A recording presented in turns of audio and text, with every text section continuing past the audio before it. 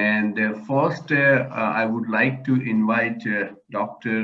Thirthankar Chaudhary, sir, whose specialty is endocrine diabetes and thyroid.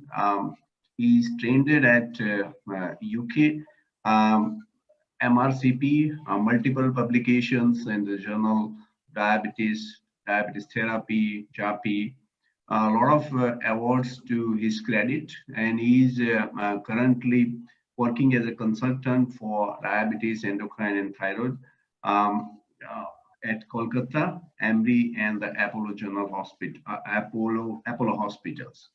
And his talk, he will be talking on managing diabetes, think beyond A1C glycemia. So I request Dr. Thirthankar Chaudhary sir to take on the session. Thank you very much, and very good morning for the kind introduction. Should I try to share screen? Yes, sir, go ahead. Okay. How do I go about it? Let me see. So this is my, I don't think you are seeing it at the moment. No, right now it's not visible. Okay, let me go to the share screen. I just saw that.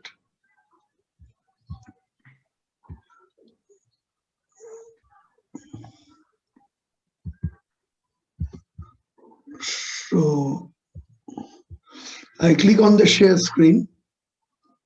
Now I like to share, and then I go to my presentation and to the lovely, wonderful slides here. Am I visible and audible? Absolutely fantastic, sir. Go ahead. Okay, thank you very much, sir. So I've been asked to speak today about managing diabetes, think beyond HbA1c. When I got this topic, there are two things that comes to my mind. That one is that if you think beyond HbA1c, you think of time in range. But I'll briefly touch that because I think there may be other speakers on that. And then that things come when a diabetic patient comes to you beyond HbA1c, you start thinking about the obesity, hypertension, dyslipidemia, role of aspirin, and I have added is probably looking for incipient heart failure. So these are the aspects that beyond HbA1c that comes to my mind when we are seeing a type 2 diabetes in our clinic. Now, how to and why we worry about it. Now, the first question comes when we are talking of time in range is that people would ask, what is the range?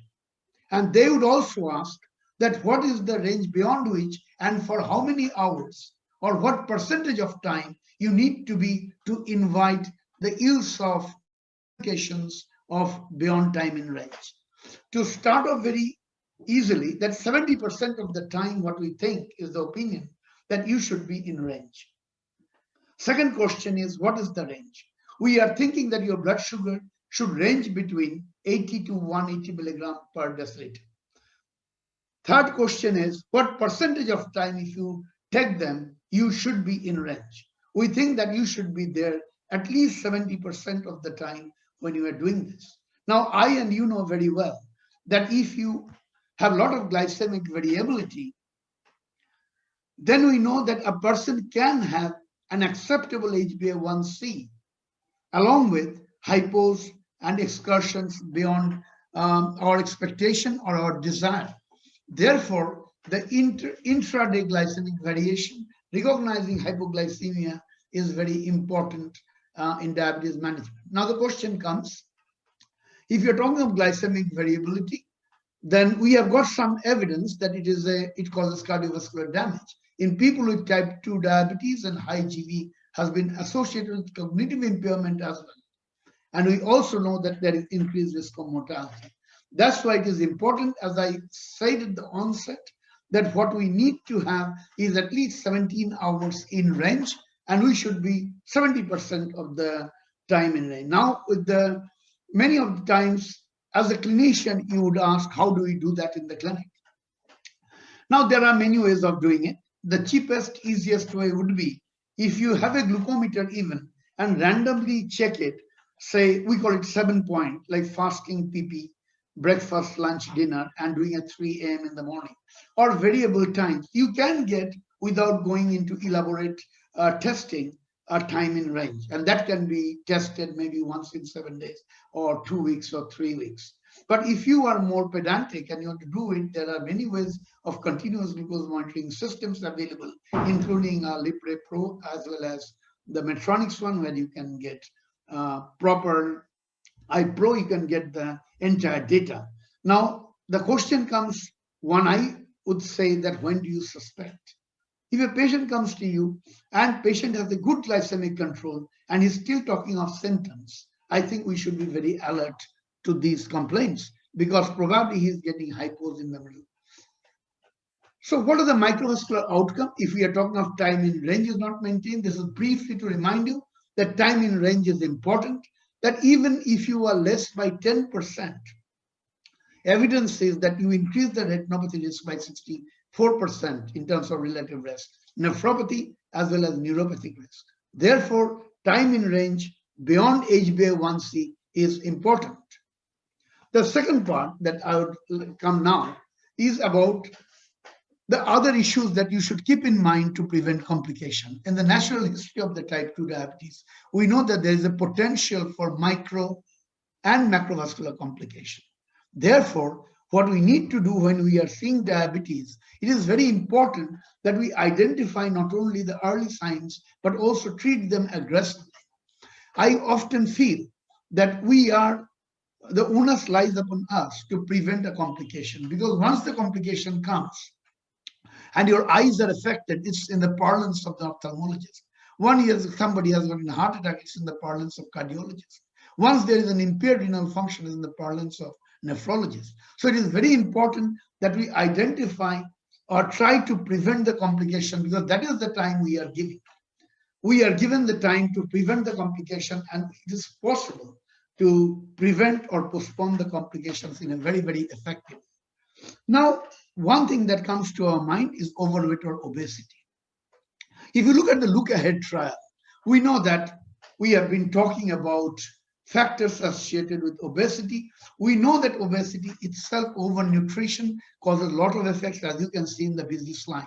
So atherosclerosis in coronary artery, carotid arteries, cerebral arteries, aorta and peripheral arteries, and hypercoagulability are the consequences. But in the Look Ahead trial, if you just look at the study per se, you know that it did not show improvement in cardiovascular outcome or in terms of reduced risk of cardiovascular complication. But what it did show is improvement in mobility, quality of life, psychological questionnaire, sexual function, etc. But when the study was followed up, they found in the follow-up study those patients who had a better control had reduced cardiovascular complication. Therefore, obesity is a very, very important target. And the fact that over the last few years, we have got some molecules in our hand, they not only cause no hypoglycemia, but they also causes weight reduction, is actually a very important tool for us in the glycemic management. Now, what are the benefits of weight loss? Just to remind you that weight loss is not only that the benefit you are seeing, it is more important to achieve that. As you know that it is not very easy to do diet, because we have got some hormones in the body, including GH, ghrelin, etc., which gives you hunger, you're craving for food. So it is not very easy that it is just to tell them. A lot of behavioral therapy is involved when you are trying to reduce weight. I think Why Weight program of Jocelyn is a very, very interesting thing to go through about how do you reduce weight. I think behavioral therapy is very important. We know now that 3 to 5% weight reduction is necessary to get the benefit of weight reduction or any benefit of preventing any complications related to diabetes.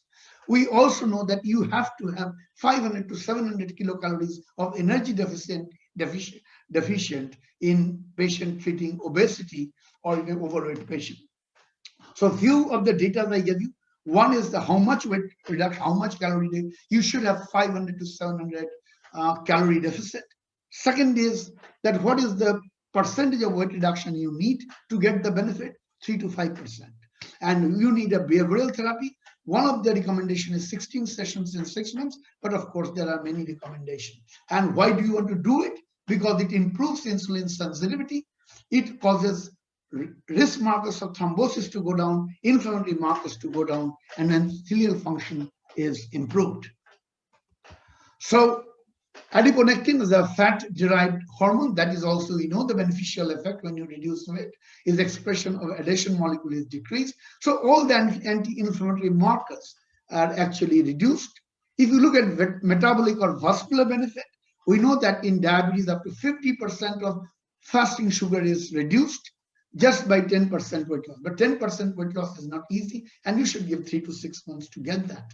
We should remember that at risk for diabetes, 30% more decrease in fasting insulin. So you see, just even a slight reduction of weight does so much of benefit that we often say that it is probably possible to get a lot of the complications of diabetes and tablets down just by weight reduction. But you need a very good education to the patient to achieve this. It is easier said than done. And we know that the impact of weight loss is profound in terms of HbA1c, blood pressure, total cholesterol, HDL cholesterol, and triglyceride. So the treatment strategy is, of course, about physical activity. Then comes the how much. And it is, as you know, it's a 30 minutes for 150 minutes a week. And of course, along with the diet, and most important, I keep saying that the behavioral therapy is very important. Patients should be educated about why he is doing it. And that initially it takes long time to get the results coming up. So most of the patients give up when they start trying and seeing the benefit is not coming, maybe in weeks or a month. So it is important we do that. Self-monitoring, low-calorie diet, exercise, and even tablets. Now, when you talk of blood pressure, is there another thing that when we see the patient in the clinic, that we know that I do not need to overemphasize the complications of hypertension. But when we are talking of hypertension, you start thinking of Accord BP, you start thinking of HOT study, you start thinking of Sprint study, you start thinking of advanced BP study.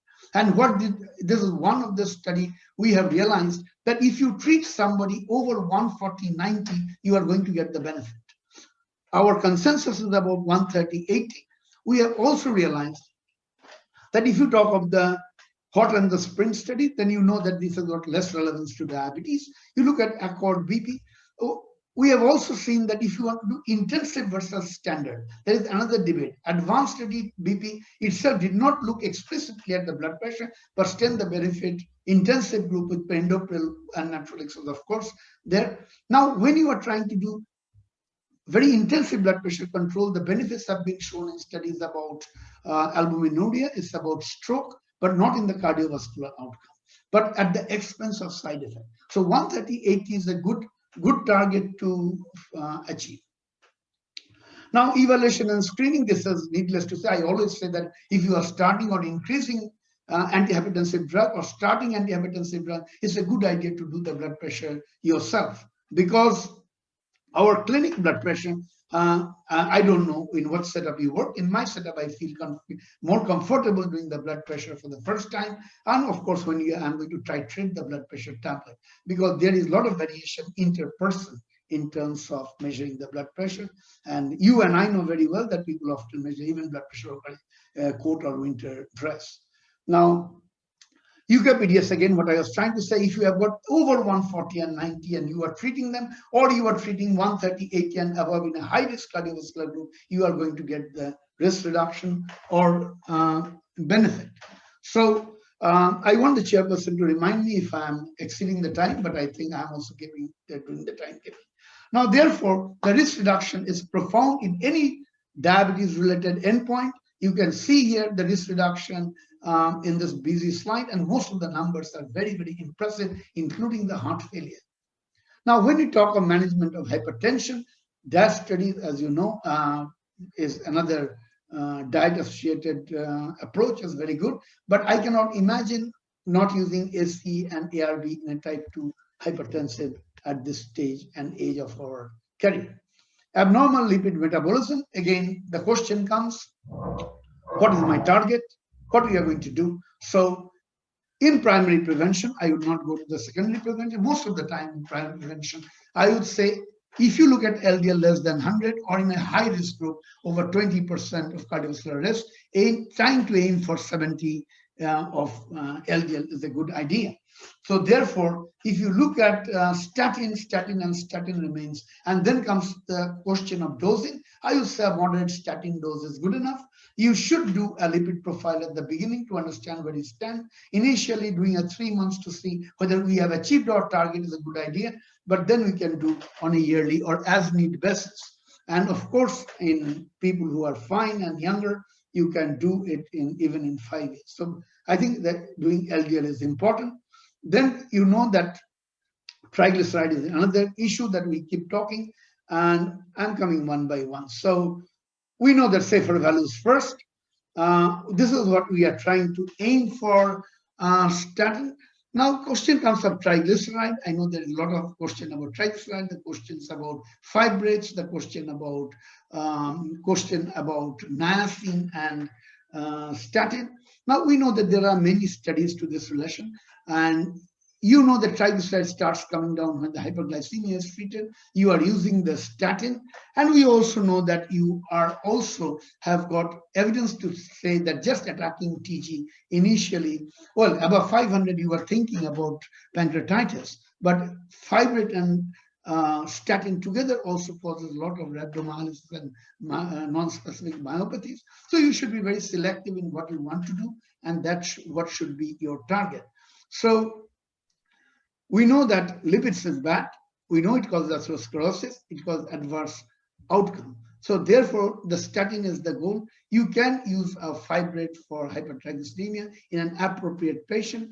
If you look at the different studies in terms of statin and niacin, you know that there is AIM high study, there is heart failure protect study. They have not shown much benefit, but therefore there is a place, of course. I'm not talking the secondary. In primary prevention, you should choose your patient carefully, but moderate dose statin is, of course, something that we should do. So high LDL therapeutic lifestyle drug 2 minutes therapy. more, sir. 2 minutes more.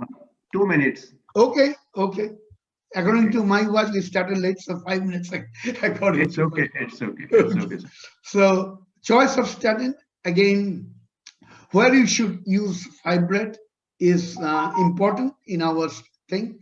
Now, therapeutic lifestyle drug intervention is important, and ACE/ARBs, therefore, antihypertensive drug and lipids are something we should have on board in the patient, and should all be started on aspirin. Well, nowadays we know that in primary prevention, no, we are not giving it, but there are a subset of patients in whom you think the cardiovascular risk is almost over 20%. These patients are smoker, young patients in the family having a heart attack. You want to identify the patients of microalbuminuria. You want to discuss the patient. Well, there may be a case, but we should be very selective, but normally not.